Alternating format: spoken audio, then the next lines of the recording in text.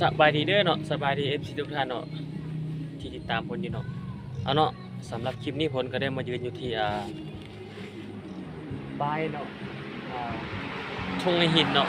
ทุ่งหิน2เนาะท่านผู้ชมเนาะมันจะเป็นสามแยกเนาะสามแยกนาโคเนาะที่จะแวะเข้าไปทุ่งหิน2เนาะบ้านนาโคเมืองปะไสเนาะแขวงเสียงขวางเนาะท่านผู้ชมเนาะสำหรับคลิปนี้เนาะผลจะมาถ่ายนี่ให้ FC เบิ่งเนาะ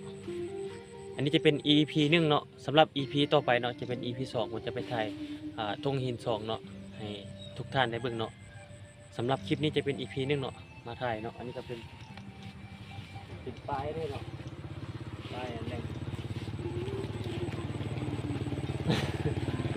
ป้ายแรงนะ